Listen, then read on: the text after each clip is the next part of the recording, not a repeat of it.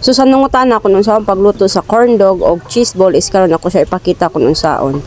So mayong buntag or mayong adlaw karon nga oras is 3 AM. Dayo kay kuning mata kay para i-prepare aning ako ang baligya. So mo naman gid akong panghinabuyan karon ang pagluto og mga pagkaon. Bantay-bantayan matag adlaw. So karon kinahanglan na to siya og hotdog og cheese. So sa hotdog nga akong gigamit is bisan unsa basta kay katong kaya nimo og afford kato lang baratohon.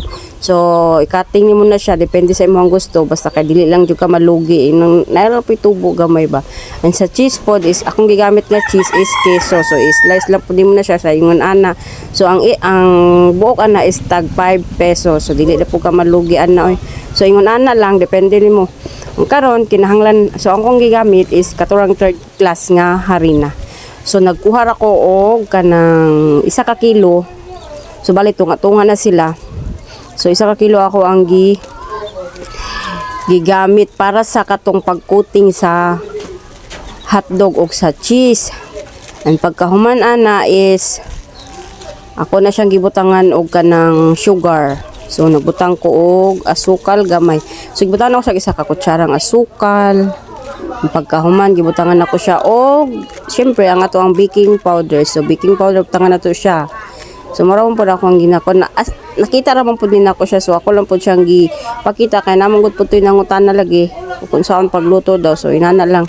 Gibutangan ako siya baking powder. So isag tunga tansya ra man gud pud nga kuha oy. Ang pagkahuman gibutangan ako siya yes. Oh yes, dili no yes. Sa kaputos sa diyang ninggawas ko og itkit pa mo gyud nakita nyo na ngit pa jud kayo pa jud katawo-tawo. So ninggawas ko kanako kog asin. Kaya mo asin na sa gawas. So gibutangan man ako siya gamayng asin.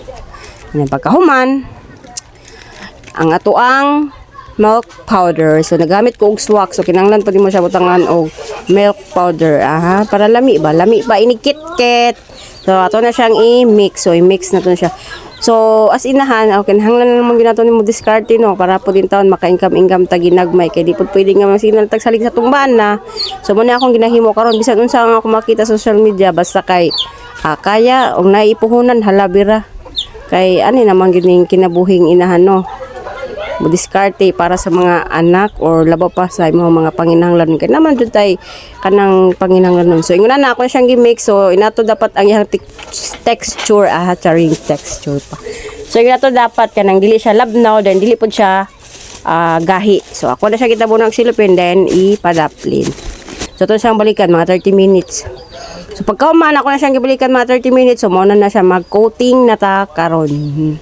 So nagandam ko. So kinahanglan pud din mo breadcrumb kay wala jud lami ang kwan or walay kabiyo-biyo or bati lang tawon ang imuhang paninda kung walay breadcrumb kay murag nagkadalag bida ang breadcrumb. Ang karon ay inana ra ituslob rin mo ng hotdog di sa harina. So imo lang po siyang alalayan. Kay magtuyok-tuyok man ang hotdog ineg-coat nimo. Usay pa mabilin pa ang hotdog dito sa harina kay gahi or sana basta mabilin siya so imo siyang gairan nga para siya malumon dahil pagkahuman imo na pud siya ipaligid-ligid sa breadcrumb dayon ilunod sa mantika iprito ba so pahinayan lang nimo ang kalayo kay para di pud masunog kay masunog ang breadcrumb mapagod niya ang ilalom hilaw pa so na lang pagkahuman mo na iyahang for macaron so more to guys thank you for watching.